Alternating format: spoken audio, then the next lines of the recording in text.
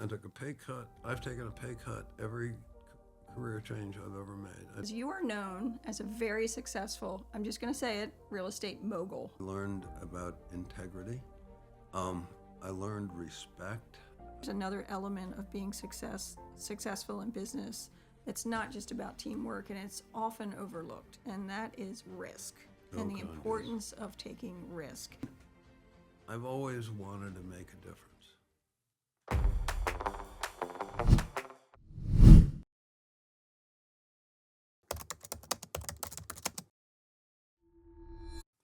Welcome to the Laura Neuman Show. I am so excited about my guest today, Tom Bozzuto. Welcome to the show. It's great to have you here. Thank you, Laura. It's a delight to be here. Your story is remarkable. I've certainly been following your journey for years, but I was a little surprised about some of the details about how you got started, because you are known as a very successful, I'm just going to say it, real estate mogul. I mean, you have built a tremendously successful real estate company. Thank you. And I think for a lot of people, when they hear, wow, built a big real estate company, you know, they see you as that person and they don't realize that it was a journey to get there. So I want to go all the way back to the beginning. Sure. Can you tell us about your early days in Waterbury, Connecticut? Happy to do that, but it's funny, just I still see myself as the young guy from Waterbury, Connecticut. I grew up in sort of your traditional Italian-American family with, you know, I always say I was born on third base. I had loving parents who worked very hard. My father worked in a factory. My mother worked in the kitchen. My father, I mean, I had great parents, and you know, I learned the meaning of love, and I learned the meaning of work. And my dad, I don't know if I should go into this. But No, I love the story of your parents, and honestly, I think it's one of the most interesting things about your journey is that, you know, your dad worked in a factory, and you say that you were born on third base, but your mother was orphaned at a very young age, and your dad worked in a factory, and then he had another job on the side, which today we would call that a side hustle, but Sure. He was really an entrepreneur. Oh, he was. And he yeah. worked the night shift because it paid better than the day shift. That to me is like serious work ethic. Yeah, it was a serious work ethic. He would go into work at night at 11 o'clock, work all night long. And I know what that was like because I did that when I was in college. You did? So I didn't know that. Oh yeah. My summer job for a couple of years when I was in college was working in the factory with my dad. You worked in the factory too? Oh yeah. So I just want all of our listeners to hear that, because while they see you as a successful real estate developer, the truth is you worked in a factory alongside your dad, who was working the night shift. That's a humble beginning. You say you started on third base. I think those are pretty humble beginnings. Well, but the integral family and the work ethic and the good food. It was hard to beat all of that. You know, I love that. My mother spent hours in the kitchen. I mean, when I visualize her, I visualize her at the stove.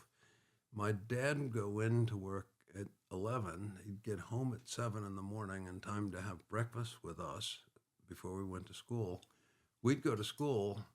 He had an oil business that, you know, consisted of a couple of 250 customers. He had a single truck. He was the only employee, except for us on weekends when we were little kids. And he would go out. When we'd go to school, he'd go out and deliver oil for a couple of hours. So he'd work all night long, have breakfast, then go out and deliver oil until about 10:30, 11 o'clock in the morning. Then he'd come home and sleep until we got home from school. 5:30, 5 o'clock in the afternoon, school and sports. Then he'd eat dinner with us, and then he'd fall asleep in front of the television until it was time to go to work again.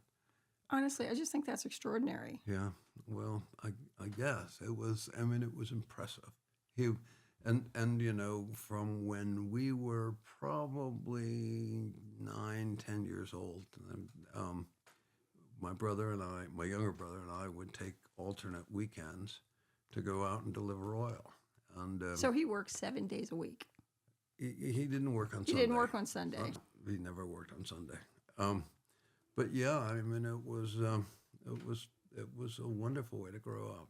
And in fact, when I was, I don't think I told you this story, but and you can edit it out if you don't want to, if you want to. But when I was in high school, I had just turned 16 years old. I had learned to drive on a stick shift car, but had had my license about 2 weeks, and my parents went out for the evening, and of course, um, being um, a 16-year-old boy, I got my girlfriend, brought her over to the house. Oh my goodness. And we weren't I'm in worried about where this is going. we were in the house 10 minutes. It didn't go anywhere because the phone rang. And it was my father's favorite customer. Favorite because he had two 250-gallon tanks of oil that were Yes. both empty. And so it was cold. It was always cold up in Connecticut, it seemed. And that's a big transaction. And yeah, it's my father's most important customer is out of oil, and I'm sitting there faced with a dilemma. I've never driven my father's oil truck. It's in the garage Oh my goodness. at the end of a driveway that's probably 20 yards long. It's in a garage with about 2 inches on either side to get it out, and I had never driven it. And I had my date over at the house. So what do? I decided the most important thing was to take care of my father's customers. So we got in the oil Wow. truck. She helped me back it out. She guided me as I backed it out onto the street. And then we drove over the hills of central Connecticut, delivered the oil, got home, and we weren't home but 15, 20 minutes. My parents came in. And honestly, I had no idea how my father was going to react. Well, you got the truck home intact. Oh, the truck was home intact. We had the oil. We delivered the oil. I think that's a pretty good bet that you're probably going to live through it. He was very happy. He was very, very proud of me. As I recall, I ended up getting a hug that evening. It was. You didn't get a tip. You got a hug. It was a hug that probably would have been greater if I hadn't had my girlfriend with me in the truck. Right. But anyhow, so That's yeah, fabulous. It was a great childhood. Well, I think that means that, you felt safe doing that. Like you felt like you had the trust of your parents. And I also love the loyalty attached to that. Like you really felt like you wanted to do your best for them. Oh yeah. And that's a pretty special relationship. I mean, they taught us right and wrong, and right in that case was taking care of this person who was cold. I love it. Not waiting until my parents got home. One of the things that I think so interesting about your parents is that your mom, she was very thrifty and very careful with spending. Oh yeah. And your dad was a little bit more of a risk taker because he was an entrepreneur and encouraged you to be a risk taker. Right. I mean, how did you manage that? Two very different parenting styles. How did that influence you when you were young? Having been a parent, I'm inclined to believe that two different parenting styles is probably healthy, and probably, if not healthy, very normal anyhow. So that's what we all sort of grow up with. It was interesting and watching how it affected the four of us children, and the three siblings and me, because neither my sister nor my younger brother were risk takers. My older brother ended up as a jet pilot, a colonel in the Air Force, full bird colonel in the Air Force, and first person in the family. We were all first generation college students, but he was the first person in the family to go to college. So he was a risk taker. I sort of got the risk-taking bug, and certainly my father supported that. My first job was with the government.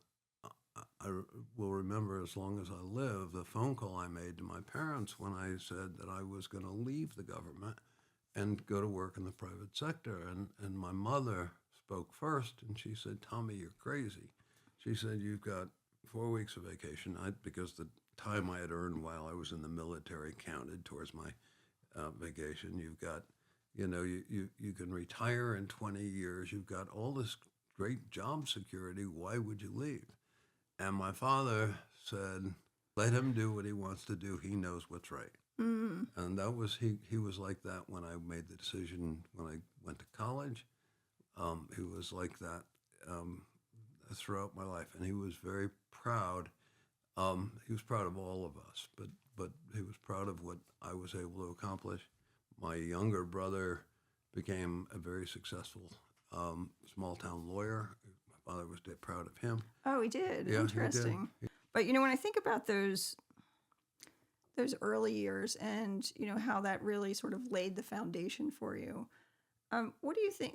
I had that same message, by the way, from my parents. Don't take a chance. Don't take a Sure. risk. Right. I mean, as basic as I was a cashier in a sub shop and wanted to be a waitress in the same sub shop, and they're like, well, you already have a job. Why would you change your job? Sure. I mean, I Yeah. do think that was the thinking back then. It was more about security. Sure. Well, And that kind of becomes ingrained. But for me, I pushed back too. I mean, I kind of wanted to have my own journey. it's sort of interesting that your parents were like that. My parents were Depression era people. Mm-hmm. And my mother in particular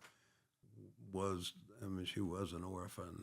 Her parents had both died by the time she was 12 years old. Oh, my goodness. And she was cousins until she got married at 17. She never went to high school. My father did go to high school. I'm not sure he graduated, but he went to high school. Well, that's interesting. My grandmother was on her own at 14 and lived with cousins, and she Interesting. wanted to go to college. She got through high school, but she wasn't allowed to go to college until she saved the money herself. She had a very similar experience. Yeah, I but guess she that was did. just a different time. It was a She's different my time. role model. I mean, I just think it's extraordinary. They, I mean, so young. it is extraordinary that she did that on her own. But we tend to protect kids today. We think of 20-year-olds as children, and back then, these people were getting married at 16 and 17. They It's were crossing amazing. the ocean.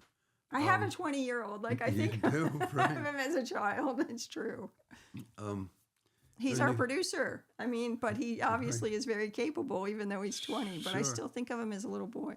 well, get over it, Mom. I know. I'm working on that. I'm still working on it. So what do you think was the lesson from those early years? Because, I always love the lessons in these experiences and these Sure. stories. And I have a tendency to, keep going through the story because I just really enjoy it. But I think along the way, we should sort of stop and take a moment and say, what is it that we really got from that experience? Yeah, I think too seldom do we do that, and I learned so much from my parents. I mean, I learned that there's nothing more important than your name, your reputation. I learned about integrity. I learned respect. In the book I wrote, I talk about how my father, even though the only people we ever socialized with, or almost only people they ever socialized with, were his sisters and my mother's brothers. I tell people, I'm at an age where I know a lot of younger people who are losing their parents, and what I say to them is, as awful as the time is that you're going through, and as terrible as it is to have a mother or a father die, what I can say to you as a consolation is they never go away. I sit here as an older fellow, Feeling a lot of pressure with that. and I feel like my father is on my right shoulder, my mother's on my left shoulder, and they're ready to scold me if I'm doing the wrong thing. And maybe that's just me, but I've talked to friends who feel much the same way. Mm-hmm. So, I think that's a thing. A lot of successful people, I truly believe, have that in the back of their mind. Are they doing a good enough job for their parents, or are they doubting themselves? Or at the same time, they're doing it. So I think Right. that a little bit of self-doubt, a little bit of, am I doing a good enough job, is motivation to keep trying and keep doing your best. Well, I'll talk about that for a second. I'm talking about my childhood as being idyllic. It never felt idyllic, particularly when I was a young teenager. Right. And I was. You sort of have to understand the dynamics of an Italian family. My older brother, who was the first boy in the family, even though he wasn't the oldest child, first boy in the family, was a star athlete, good student, got a full scholarship to go to Trinity College, good private school in Hartford. And everything my younger brother and I did, but particularly everything I did, was compared usually unfavorably to my older brother. I think you should share that with my children so that they know that. I get in trouble for that all the time, but it's not even a comparison. It's just because you want them to do their best, right? I mean, you want... Well, I don't know if that was my father's intention or not, but it was all of my motivation. And It's a lot of pressure. 25, 35 years of my life came from wanting to impress my father that I could do better than my older brother. Wow. Which is... So that's part of your drive. Yeah. It's wired into you. Absolutely. Wow. Well, it's just an incredible story. But the part that really stands out for me is the importance of, you said respect and integrity and the family name all in the same sentence. And it makes me think about you building a company that is your family name. I mean, you put your name on it. And I want to get to that because I just think that early experience, not only gave you the confidence, but maybe the imperative. And there's something about feeling pride in your history that makes it possible to name a company after yourself. I ended up getting into Hobart on the waiting list. Ultimately got in and had a great experience there. Now, you told me you were on the dean's list, but it was 2 different dean's lists. Yeah, I always make a joke about it, and there's some hyperbole in this story, but I always say I was never not on the dean's list for 4 years. But the first year and a half, it was the dean's list of people who were going to get a letter from that said, you're about to get kicked out of school unless you get your grades up. And how did your parents handle that? They were not thrilled. No. But they were very supportive. Because at one point my freshman year, I remember standing in the hallway on the telephone in the dormitory in tears, talking to my parents, and my younger brother was on the phone too, and saying, I want to come home. Aww. I'm done. I can't do this work. I'm not smart enough. Oh my goodness. And all 3 of them, including my younger brother, said the right stuff. Oh, it's so kept me sweet. there, convinced me to stay. So anyhow, what happened? Can I tell you how amazing that is, though? Because your parents sacrificed for you to be there, but they still were patient as you grew into the experience. That's what really, all of the stories about your early days, that strikes me the most. That's like parenting. That's true support, true acceptance, to be patient through that transition that you went through. And fortunately, they were patient because you turned it around. They were very patient, and they were very supportive.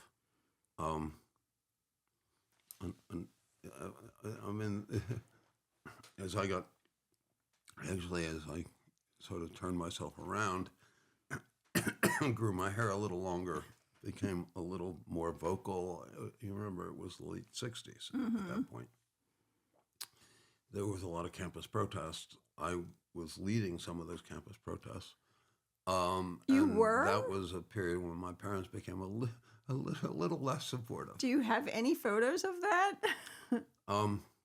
Is there any documentation of that at all? If you were to look at all of the old Hobart newspapers. Love that. I was president of the student body my senior year because we did away with student government. Wow. And there are a number of pictures around me with a microphone standing talking to a bunch of kids. I love it. But I wasn't a rabble-rouser. I was not the radical guy. I was the student government type. Were you protesting Vietnam? I would love to tell you we were protesting Vietnam. And we did protest Vietnam, and we protested over racial issues, Racial equality. for racial equality. Yeah. But It was the civil rights movement. I mean, you were in the middle of it.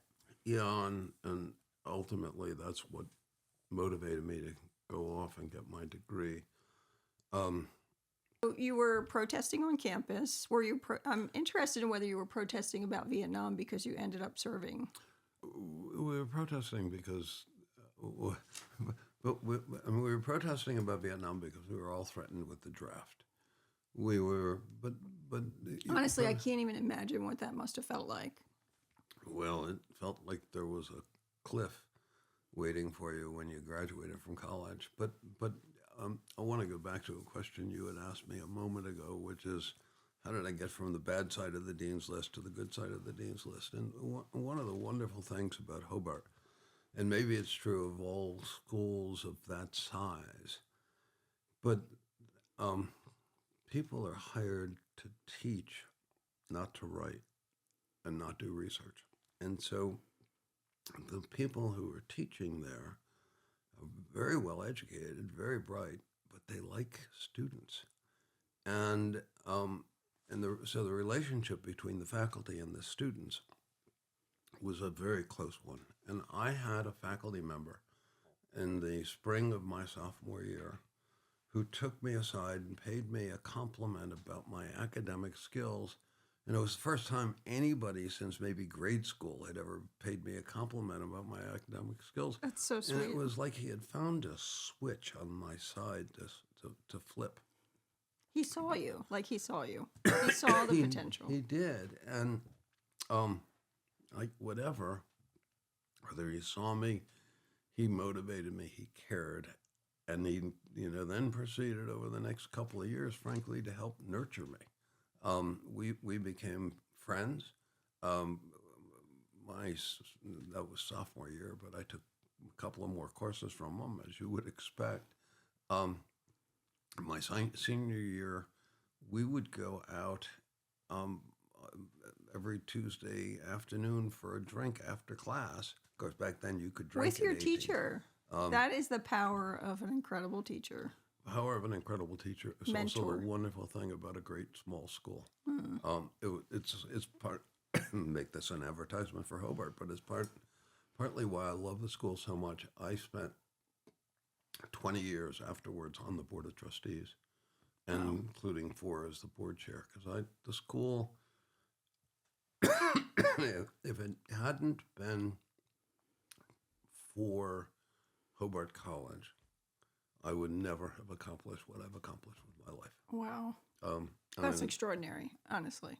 It was a great experience. So, we say this to our kids all the time. We hear this from other people saying it to our kids all the time.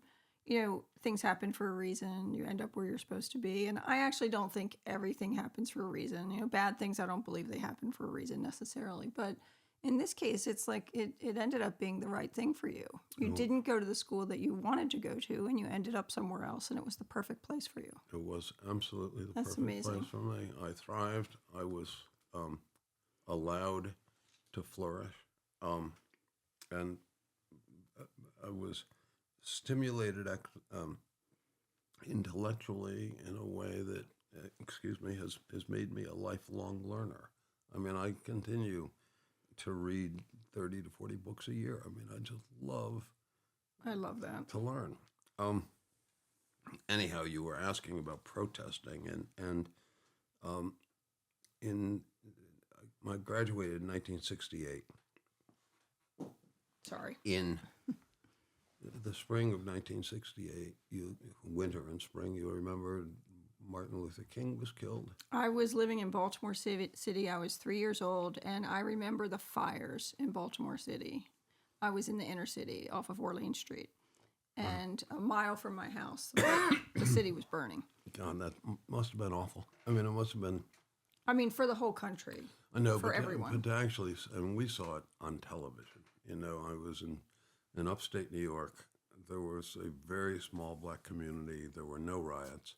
But we saw it on television, and it was Baltimore. It was Detroit. It actually burned the year before. But it was all over the country. And honestly, you can't blame people for being upset. I mean, it was just a period of tremendous turmoil. And it wasn't, so many things had happened in such a short period of time. I mean, John F. Kennedy was assassinated. Robert F. Kennedy was assassinated. Martin Luther King Jr. was assassinated. I mean, it was just, Right. people were upset, and rightfully so. And, while I was just a child at the time, I could feel the strife in the city. You could imagine how untethered we all felt when, on one hand, we had the draft hanging over our heads. We had Martin Luther King and Bobby Kennedy killed within 4 months of each other. Was it that close? It was that close. Maybe 5 months, but it was really, well, no, it had to be 4 months because it was, in the winter of my senior year, and then the spring of my senior year, Bobby Kennedy was killed. Anyhow, that motivated me.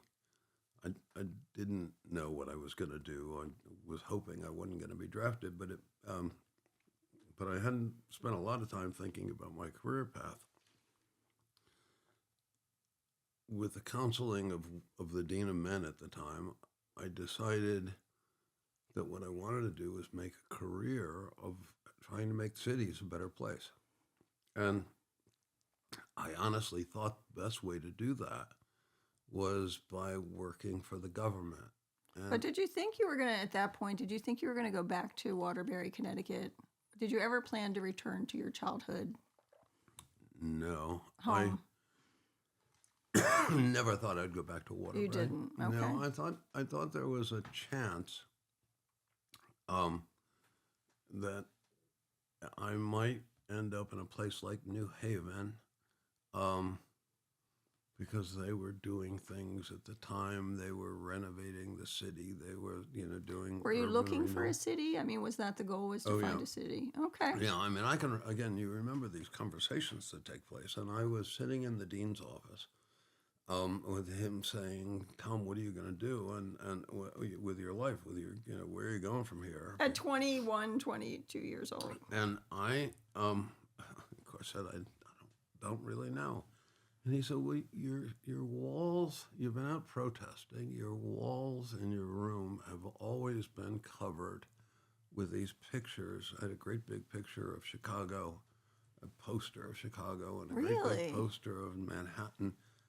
So even back then, you were interested in the building of communities. The irony is I had a poster. I knew nothing about apartments. Nobody in my family had ever been in real estate, but I had a poster of a couple of circular apartment buildings in Chicago on my wall when I was a senior in college. That's so interesting. Well, I think there are a couple of interesting things. One, the dean had been in my room. You got my attention with that. Like, he knew you that well. He knew me well enough to know what I had on the wall. And he said, "Why don't you think about going to work in a way you can help cities?" I mean, one of the problems, as I'm sure you know, of growing up in a blue-collar family is your idea of what's available as job opportunities is very limited. I mean, It's true. I thought you could become a lawyer, a doctor. I wasn't going to be a doctor. You could become a teacher. Other than that, growing up in Connecticut, you could become an insurance guy. Oh my gosh. That was a more lofty list than I remember in those days for me. But I mean, I do get it. With a college education, they were very stable, safe career paths. Sure, right. And right. What happened to me is I went to graduate school in public administration and urban studies. And I went to the Maxwell School at Syracuse, which was then and still is a great school of public administration. I had good teachers on the urban environment, and I ended up getting a Ford Foundation fellowship to go to Calcutta, India, to work in the city planning department for a year. In Calcutta, India? Did they have a city planning department? Oh, yeah. But I... And what year was this? This was 68. This was the end of 1968. I got that, And in December of 1968, I had a deferment to finish my education that actually lasted for a full year longer than my college degree took. And that would have been time to get my master's degree. But So you could get a deferment for a master's degree too. you could, sort of. But because, I mean, more often than not, it happened by accident that you got this deferment. And I had a deferment that would have gone until the spring of 1969, which would have allowed me to finish my master's program because it was a one-year program. But I got this fellowship, which was a one-year fellowship. Okay. And so I went to the draft board to get an extension of my deferment. To go to India. Kind of naively thinking that, you know, they were going to be really proud of this local boy who had gotten this Ford Foundation fellowship. I'm sorry. But I had very long hair. Of course you did. Like, of course you did. I had very long hair. And I went into the draft board. And I must have really upset the woman who was running the draft board, who I remember having blue hair. I mean, you know, that's my... That was a thing then. That was my recollection. Big blue hair. And she looked at me when I finished and said, "Sonny, if you want to go to Southeast Asia so badly, we'll be glad to send you." Oh my goodness. And 2 weeks later, I was drafted.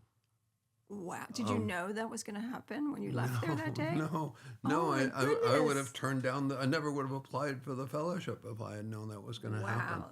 The power. I mean, the power. It was remarkable. Absolutely remarkable. I ended up deciding after being in the Army for basic training and AIT, which was advanced training, that I hated the service. I hated being ordered around, and I knew I didn't want to order anybody around. So, But you signed up for 3 years. So when I reported to my assignment for OCS, with advice from a commanding officer, I refused to sign in. Is that a thing? Can you? Well, back then you could do that, but I wasn't trying to get out of the Army. I just said, look, I don't want to be an officer. I want to get out of my 3-year commitment. I know that means I'm going to go to Vietnam. I'm prepared to go to Vietnam, but I don't like the Army. I don't want to spend a day longer in the Army than I have to. And so there were actually turned out to be half a dozen of us who did that. Were you scared though? I mean. Oh yeah, it was a scary conversation. Because what turned out not to be scary, it was a scary conversation going in, but the officer I was talking to was very understanding and tried hard to convince me that I was wrong and that I would. He saw potential in you too. Yeah. Anyhow, I ended up, in fact, getting my orders to go to Vietnam, and that was when I started. It was during that period I ended up getting a couple of weeks leave. And yes, we have to share this story because it's such a great story about meeting your wife. Well, she was your. Were you even boyfriend and girlfriend at that point when you met in Hawaii? I know you had dated on and off over the years. I had met Barbara, my now wife of 55 years. I met her because I worked for her father. One summer, my father's factory wasn't hiring. It was a summer between my junior and senior years, so I started walking up and down the street, ended up getting a job at a Coca-Cola bottling plant, which my wife's father ran. And he and I became friends. Anyhow, I met his daughter, went out with her once. It's not always a good idea to go out with the boss's daughter. Well, I mean, we had a nice date, but you only went out once. But she went back to college. I went back so to that's college. why it was only once. Yeah, it was. Yeah, I mean, it was just once, but it was August, and I was going back to college. She was going back to college. I then asked her out for New Year's Eve that same year. She couldn't go. She had a date already. I then asked her to go to Woodstock with me. Are you serious? She was 21, and her mother told her she couldn't go. And back then, 21-year-olds listened to their mother, and so she didn't go. I didn't go. End up going either. Oh my goodness. The idea of you having long hair and a mustache and planning to go to Woodstock. I mean, that's really cool. It was a different time. I love it. Anyhow, I wish I had been around for that time. I would have loved that. Well, it was a great time, but it was a time, as we've gone through unsettled times in our country since.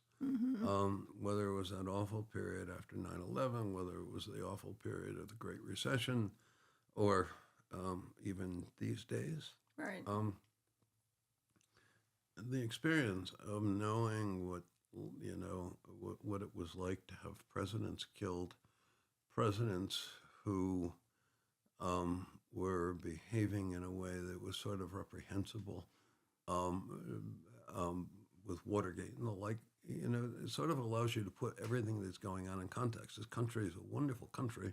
The American people are wonderful people, and we've survived bad leaders and bad times, and it allows you to develop going through hell is awful, but it does prepare you to go through it again and again and again if you have to.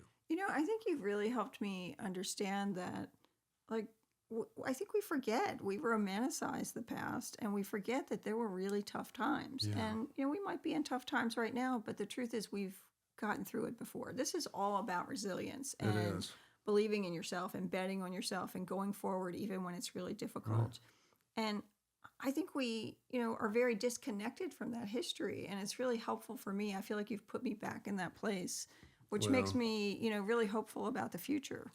I think we all have to be hopeful about the future. Yeah. I mean, I think of America as, and it's the press, I guess, that does this, but it's sort of the land of perpetual virginity. I mean, I remember when 9/11 happened, and the news reporters were saying, "Oh, this has never happened. America's never had any foreign power, foreign people do damage in our country." You wanted to say, what about 1812? I mean, that wasn't that long ago. So it's true. We should all read history. It's true. Well, I mean, I love reading history, and I love watching documentaries about it. But I mean, I feel like you've put me back there too at the same time through the lens of your experience, which is it's pretty amazing.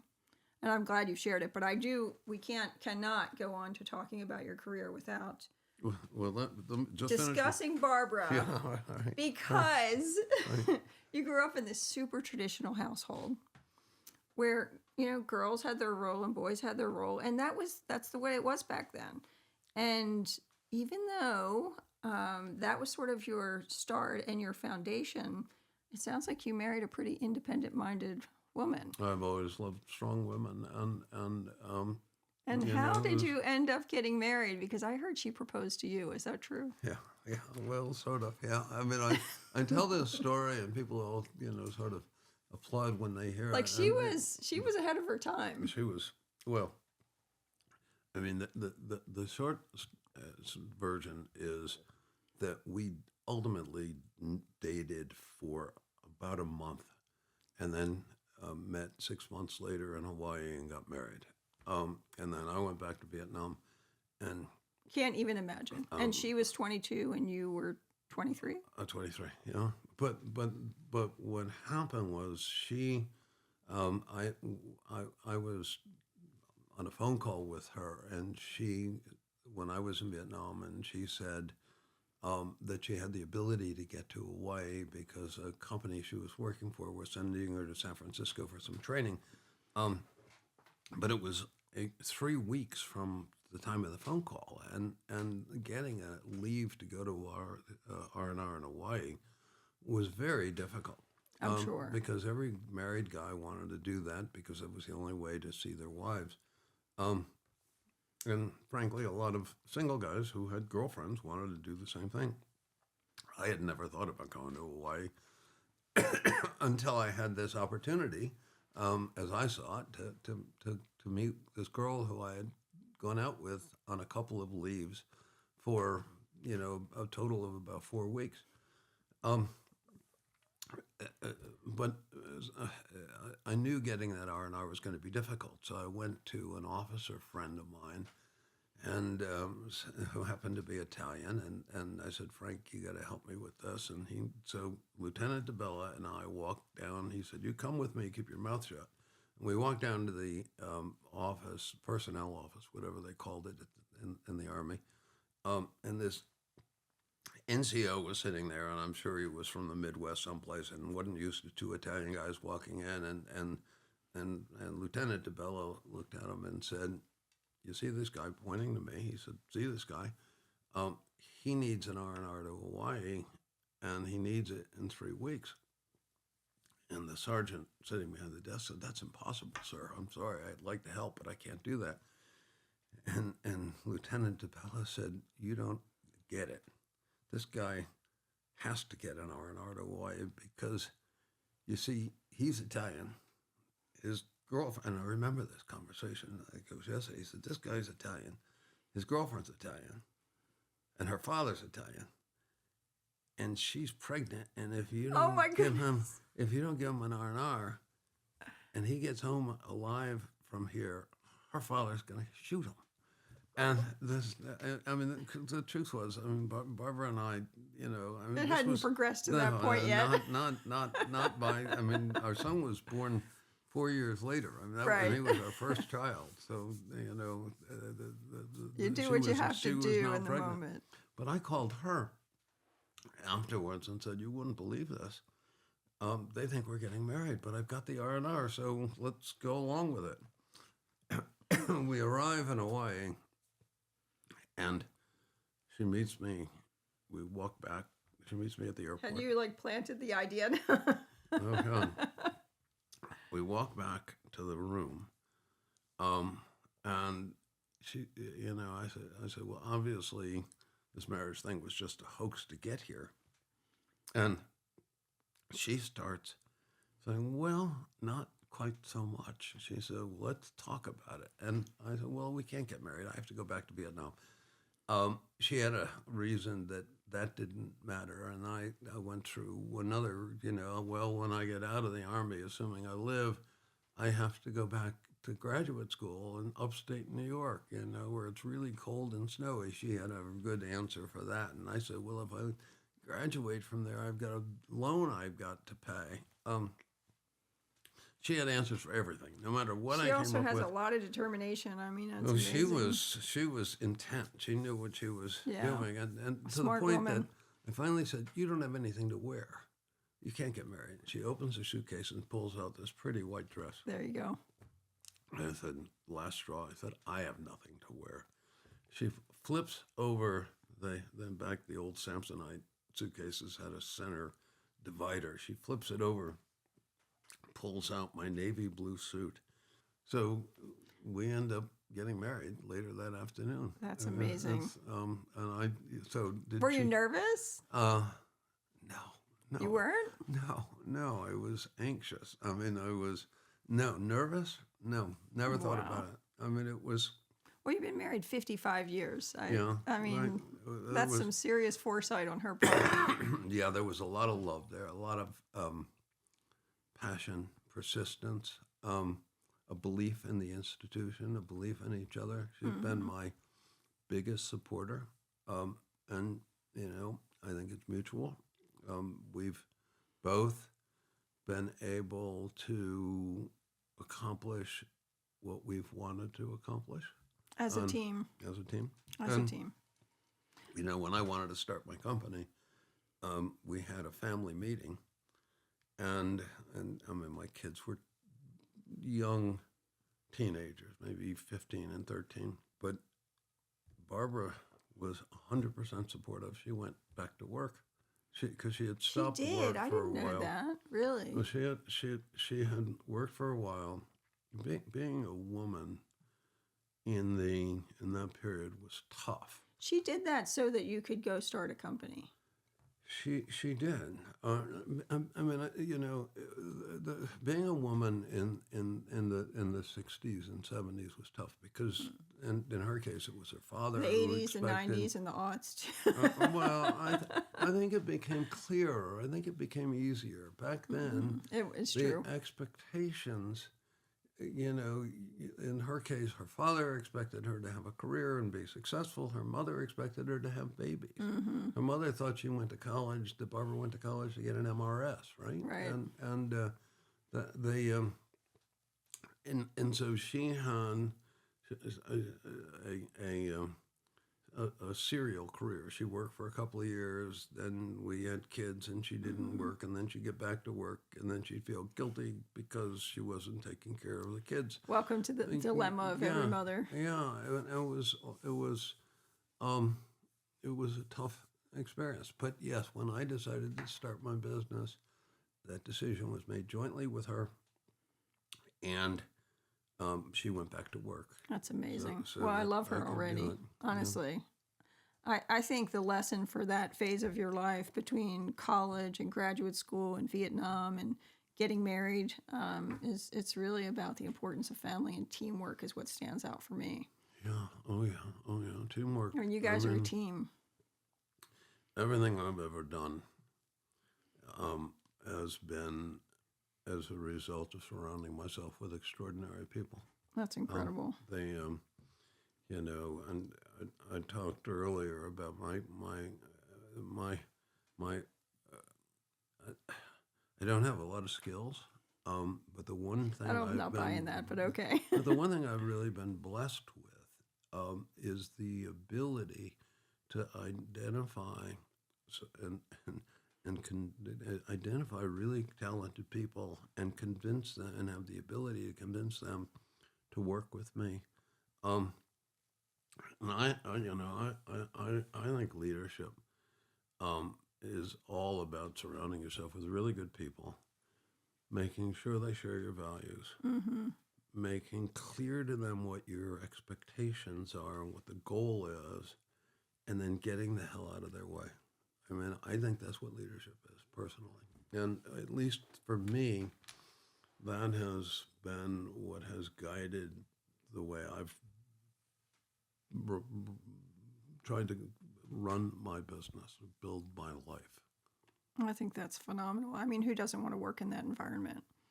People are allowed to prosper. I sort of have this mental image that, and I said, even though I've built many things, I don't think of myself as a builder, but I do think of myself as a stage builder. I build a stage for all these wonderful people to perform at their absolute utmost. And it's been great fun watching people become really successful and really thrive, and it's been great, and including my wife. I mean, it's not that she hasn't done the same thing for me, but Well, I always said that I feel like I could have done anything if I had a great wife. yeah,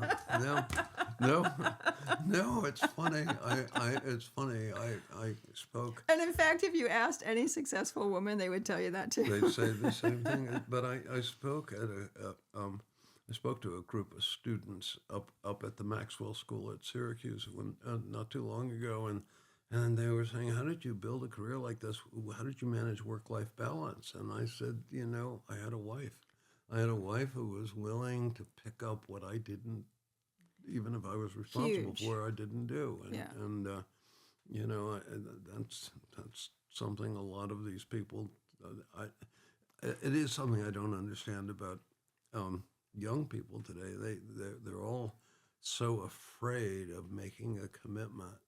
We made a commitment at 20-year-olds, 23 and 22, and we're celebrating our 55th anniversary this week, and it's Wonderful. It's what you do, And But that 16-year-old who could take the oil truck out of the garage and go do an oil delivery to your father's number one customer, which, by the way, you knew, and you knew he needed you. And, having the confidence to do that, I think, prepared you for making the right decision at the right time to marry the right person. I guess. Well, I love your focus on teamwork, but I actually, I think there's another element of being successful in business that's not just about teamwork, and it's often overlooked, and that is risk and the importance of taking risk. And I do want to spend some time talking about how, those early days of how you transition from working for the government to becoming an entrepreneur. But I also want to share a little story with you, which is, when I was raising money for I built a venture-backed company, tech company. And, this was all new for me, and I'm trying to figure out how this works. I was closing the Series A, and, I had learned how to raise venture capital in a previous company that didn't ultimately get off the ground. And now I'm the CEO of this company. I go out to Stanford for the summer for the executive program, and it's 144 executives from all over the world. I was one of only 19 women. I mean, once again, women weren't as prevalent. There were only a handful of us. And as a result, we all got to know each other, and we certainly stood out. I also, in addition to being one of the only women there, I was the only entrepreneur. They were all from large established companies. Southwestern Bell, a friend of mine was the CEO of Chandon. Another guy built a barrel company for whiskey and wine, and they were a lot of them were in international shipping. These were people from all over the world who came to Stanford for this program for the summer. I can't even believe I was there, to be honest with you. It was just extraordinary. First, I got an MBA without finishing high school or college, and now I'm doing the executive program at Stanford University. Am I not the luckiest person in the world? That's pretty impressive. But I was in the middle of raising a Series A round of financing. And so my little company, my little fledgling technology company, which, started with two guys at NSA, I raised an angel round, then I raised another angel round, and this was our first big institutional round, which was $2 million. So while they're out partying, I'm on the phone with this potential investor trying to close this deal. I finally get it closed. We close the Series A in the middle of my time out in California. And I remember that day we had gone to lunch at Chandon because one of the guys in the program, he was the CEO then of Chandon. And I said, let's buy a case of champagne. Well, they call it sparkling wine in California. You can't call it champagne. Yeah. So we bought a whole case of Chandon sparkling wine, brought it back to Stanford. And that evening, I had a toast with all of my classmates, which was like the greatest experience in the world. Like, honestly, I can remember it like it was yesterday. It was like such a special moment for me. And I remember after that, one after the other came up to me and said, I want to be an entrepreneur. I want to build a company. Right. Can you tell me about your experience? What was that like? Can you tell me what it's like to raise venture capital? Can you tell me what it's like to, start with an idea and turn it into something? And, I really want to do it too. And I remember very clearly being like, not one of you is going to do this. And the reason is not because they couldn't, because they were exceptionally talented, bright people. It's because the level of risk that's required to leave a secure, safe, good-paying job to go out and start all over again without a safety net, without any backup plan, and with a lot at stake. Now, at this point, they all have families. The truth is, I was one of the younger people. I didn't have a family yet. It was just me. And if I failed, I only failed for myself. Sure. I think that would be really tough to do. And I think a lot of times that's missed in the conversation about the amount of risk it takes to do those big things. Yeah, which I think is like trying to make a cake without flour, because I think that's the most important differentiator. And it's something we don't talk about. And I think part of the reason is I think often even entrepreneurs take it for granted. Because do you think so? Because I think it's what we do, and we were in business for a number of years, and before we felt confident enough to start talking about being in business and being successful. I can relate to that. I'm talking maybe 20 years, and it was only I was sitting there with my two partners, and I've had these two partners the entire time we had our business. The entire time I was running the business, I had these two partners, and they both retired, and they're both still good friends. But first, I want to go back to the beginning before you got to your partners, and I want to talk about how you got there, because you started with $370 in your pocket. Yeah, right. You and your wife had $370 to start your life together, and I understand that you were looking for a city to sort of land and build a life together and a family, and you settled on Baltimore. Right. But your start was not actually in real estate; it was working for the government. It was working for well, I mean, and this all follows the pattern. Which is about the safest job you can possibly get. But I wanted to work. I wanted to change the cities. I wanted to make the cities better places. I was a product of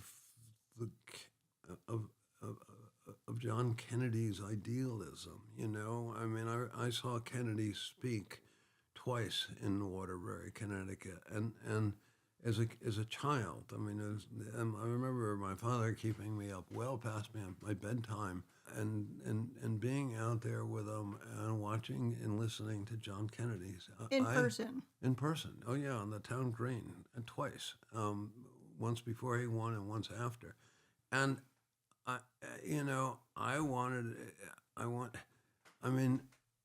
I've always wanted to make a difference.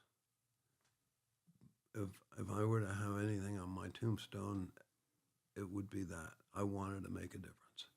I was never motivated to get rich. I was never motivated to build buildings. I was motivated to make a difference. And I thought at the time, as a young liberal kid graduating from a liberal college, going to a liberal graduate school, that the way to do it was by working for the government. And so when I graduated, when I got done from the service, graduated from graduate school, I got a job offer from HUD, federal government, U.S. Department of Housing and Urban Development, with the choice of working in Pittsburgh, Richmond, or Baltimore.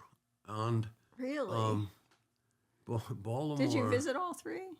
No, I didn't visit any. You didn't? Barbara and I made the decision overnight. Baltimore, had more racial conflict. It's true. Was bigger, had more cultural offerings than either of the other two cities. And it was also closer to Connecticut and easier to get home, to see family. There you go. So we made the decision to come to Baltimore. And it's that whole ask not mentality. I mean, obviously that resonated for you. I mean, right. you were struck by that. And, yes, I was not a risk taker in the sense that I started a company, but I was enough of a risk taker to get investigated by the FBI after working for the government for a year and a half. Do people know that story about you, that you were investigated by the FBI? I don't know, but it was a time not. Well, why did they investigate? Why was the FBI Well, not investigating entirely you? dissimilar from this period. We had heard that the government was going to be cutting money out of the housing programs, and I led a small group of people who worked overtime during a Christmas holiday, pumping out commitments to build housing. And on one hand, I got promotion because we had been so wonderfully productive. On the other hand, the Nixon administration was very unhappy because this had happened in a couple of offices and sent the FBI in to investigate. And, there I was, 25 years old, and put up against a glass wall. Oh, my by goodness. these two FBI, and we were sitting, but I felt like I was being cornered by these two FBI guys. And one of them looked at me and said, we can't prove you did anything wrong, but we know somehow, somewhere you must have taken some money, because nobody works quite this hard and does what you did over the holidays, and in the government without being on take, which was nonsense. So they thought you were on the take because you were working hard. But, at that point I decided this is crazy. To do what I want to do, to really make a difference, I can't do it in the government. So I worked another 6 months in the government, got a job with the Rouse Company. That was when I had my discussion with my parents about leaving the government, and I took a pay cut. You took a pay cut to go from the government to Rouse? Yep, I took a pay cut. I've taken a pay cut every career change I've ever made. I took a pay cut to go Really? from.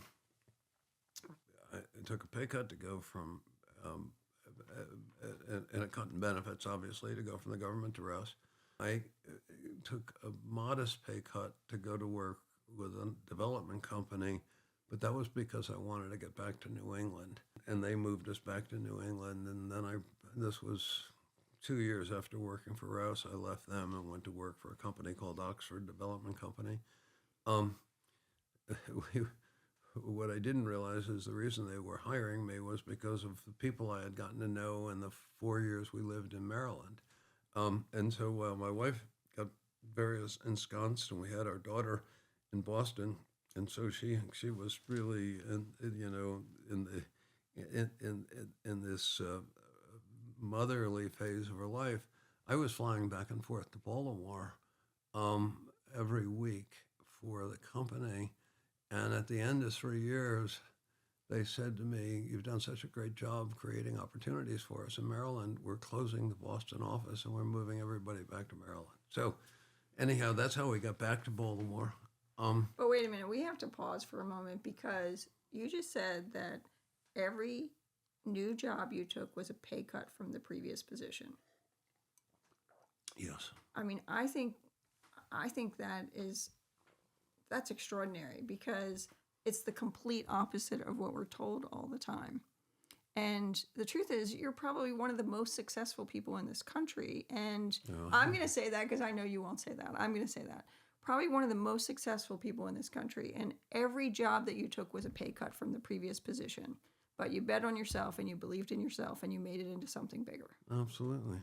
Absolutely. I mean, it's, it's so, I mean, yes, you were a risk taker when we started our business, but people take risks all the time and don't think of them as risks or don't recognize the opportunity to take a risk. And I have to say, I did not think of it as taking a risk when I took these pay cuts. What I saw was the opportunity to learn more, to change the direction of where I was going, improve what I was doing, and it mostly all worked. There was one detour that didn't completely work, where I started my own company with another fellow. I left Oxford for a while. I started my own company, and he and I just had such different work ethic standards, or work ethics, I don't know however you say that. At the end of a year and a half, Oxford came back to me and asked me to come back to them in a higher position for more money, and that one, and I sold my share of that little business to this fellow, and That's went back to amazing. Oxford. Yeah. I mean, that's amazing. I think that's so important. That's such an important lesson. One of the things I don't think people realize about real estate, we look at real estate developers and we're like, oh, they're so successful. They have so much money. They have these big projects, I think a lot of people feel disconnected, particularly people who work in government feel disconnected from the fact that there's a tremendous amount of risk in that business. You have to take risk in order to do these kinds of projects. But the other part of it is the financing. Like, you have to convince people that your vision for a massive project is a good vision and that it's worth investing in. And I think a lot of times people in government and just the general public don't really understand what goes into that. No, I mean, if you go back to your story about us moving into Maryland with $370 to our name, I mean, I did not have a lot of wealth. I mean, I'd made some money, and particularly working for Oxford, I had made some money, but certainly not enough money to build a project, and frankly, not even really enough to grow a business. But again, when I was together with my partners, what we were able to do is get other people to invest their money with us. Which is not an easy thing to do. No, it's not. And you know, when I talk about the formation of our company or the running of our company, I can still tell you, 37 years in, that the hardest I ever worked in my life was the first 4 months when I was putting together the company. I mean, because I had to negotiate with my partners.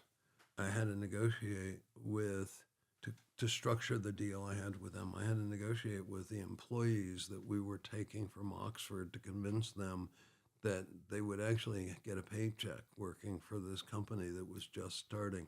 I had to negotiate with Oxford to navigate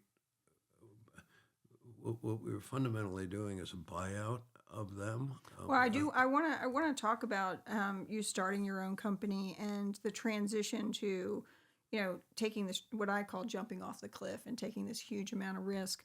But I'm just curious, that period of time between, getting married, moving to Baltimore with $370 in your pocket, starting a family, working for the government, getting interrogated by the FBI. I mean, what do you think was really the lesson in that period of time?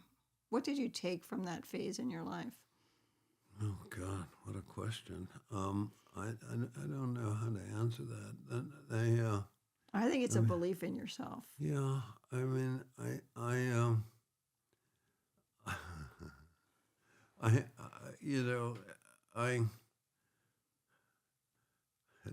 it's exactly that. I still think of myself on my worst days as the 13-year-old kid being cut from the baseball team that I wanted to make. And going to the park and not being picked to play until the last, or one of the last people, until I got to football. But what I think the big thing people don't understand is that we're almost all of us better than we think we are. We tend to define ourselves, and I feel so sorry for teenagers because it's a terrible period. Because everything is wrong. I mean, you're ugly. You are clumsy. And I'm describing the way I thought of myself. Mm-hmm. I think we've all felt that way. And that's my conclusion, is we all feel that way. Mm-hmm. And what life is about is learning that you're not like that. Right. And that you've actually got talents and skills, and that you have value. And I would go back to Hobart for a second and say, I think the thing I learned most there was that I actually had the ability to make a real contribution. And I think that's what the lesson is that I've learned is,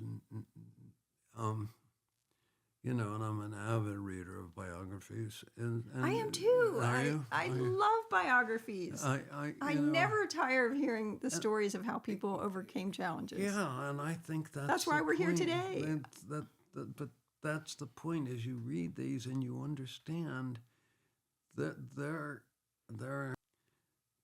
are no people who are born special. I mean, we all make the best of ourselves. That's right. It's I agree. I think you're right. Well, I think that is a foundational period, and it's a transitional period from being a child into believing that you can be successful. Right. I think that's. I think the lesson is about believing in yourself. Yes. Learning to believe in yourself. Yeah, I think that's exactly right. I want to get to the payoff now, because I'm kind of excited to share the story of building the Bozzuto Group. I mean, the idea that you built this company from the ground up is just in and of itself extraordinary. I mean, it truly is. You took a tremendous amount of risk to do it, and I want to hear about how you got your name on the building and how you had the confidence to do that, because I do think that's kind of a scary thing to do. Well, think I've told you this story. I had three partners when I started the company. One passed away a couple of years after we started the company. He was older than we were. Is that what we would call the gray hair on the team He at the was- time? I he mean, that's was. kind of like investors love that. He was, and he was a fellow who had a great reputation, who had gone through some, who had himself built a great company, turned it over to two of his employees when he retired, and they ran it into the ground, and he came out of retirement and made all of the creditors whole.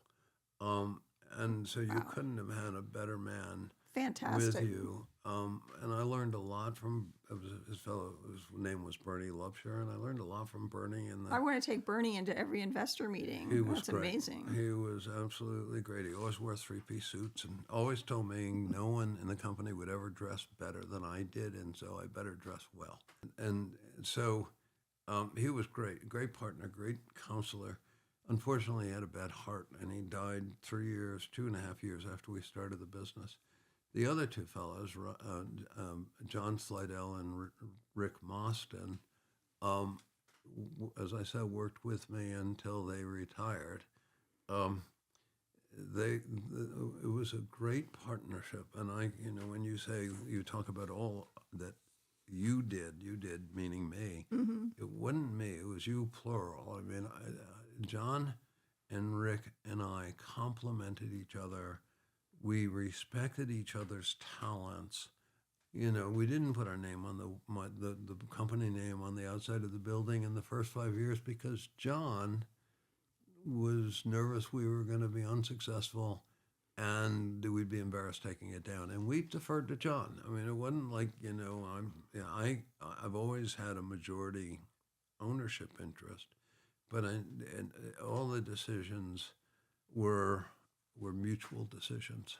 And the only time John and I had an argument one night, we had both had a little too much to drink, and we couldn't remember the next morning which side either of us had started on the argument. So, and Sounds kind of like a marriage. That's a pretty good record in 37 years. Yeah, I would we, say. We did really well, and we were able to grow the company by, frankly, we diversified. We made a big point of diversifying the company early. We brought a woman in a year and a half after we started the company who had worked with us. This was the 80s.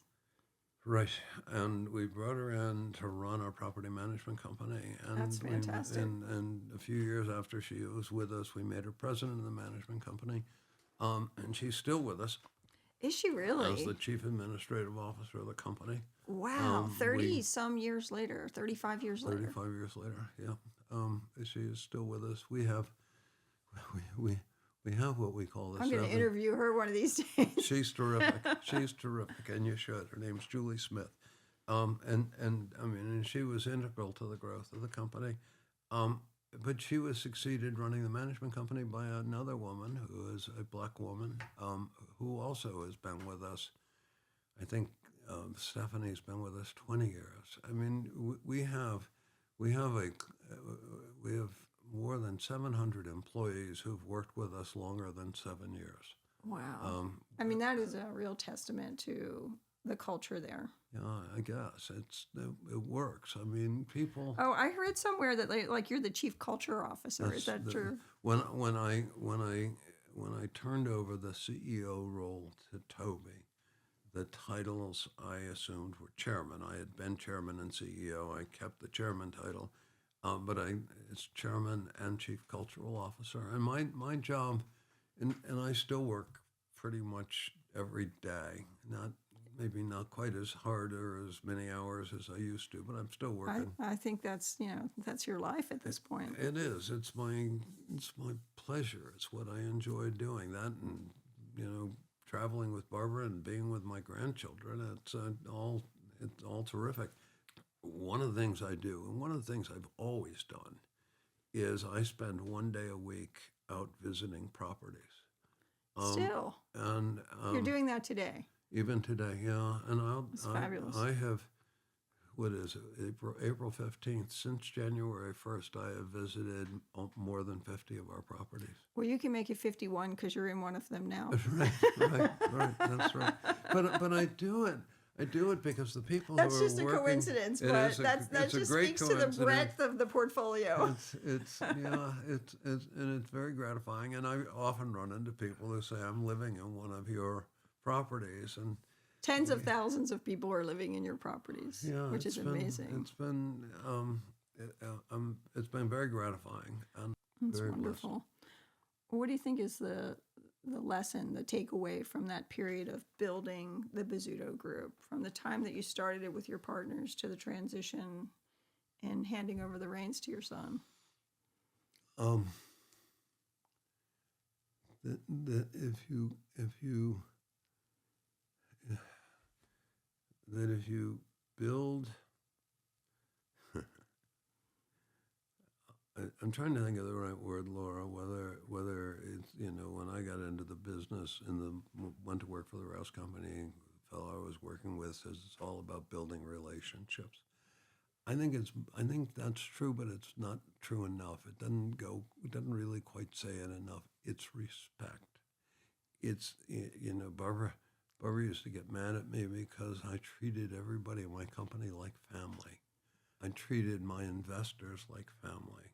Well, there is some risk associated with that. In fairness to her, I mean, there is some risk associated. Yeah, but for me it works. And I Have you ever had an experience where you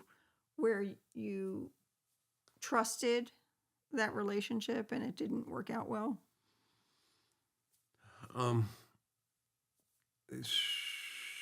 Sure, I guess. I mean, I've had some partners who we've done business with have turned out to be bad people. But one of the joys of owning your own company is you can say, I don't want to deal with you again. It's true. And it's a great luxury, and I love it. And some of my most enjoyable conversations have involved telling people I don't want to work with them again. How is that enjoyable? Because for someone who values the relationship so much, I would think that would be difficult. Because when somebody has gotten to the point where they deserve that, it feels good to have the backbone to be able to say it. So no one should think that just because you're a nice guy that you're not incredibly strong. Right. I mean, it's true. I've always marveled at our apartment. We have these very sweet people running our apartments. We specialize in being high touch. I mean, providing great service. But you better pay your rent because we'll collect your rent. I mean, so, yeah. I mean, I literally love that. I literally love that. I mean, it's a bargain we make, right? It's not personal, right? No. We treat people well because personally we care, but you got to pay your rent on time. Sure, and it's the people in my company. I mean, I treat them like family if they have proven that they're worthy of being family. They work, they care. We built a company based on values, and I can't let this end without talking about these. The 4 values: concern, creativity, passion, and a pursuit of perfection. All right, so I ask every one of my guests to sign the guest book, which I've been keeping for decades now, but this is the newest chapter, and it is truly an honor for me to have you sign.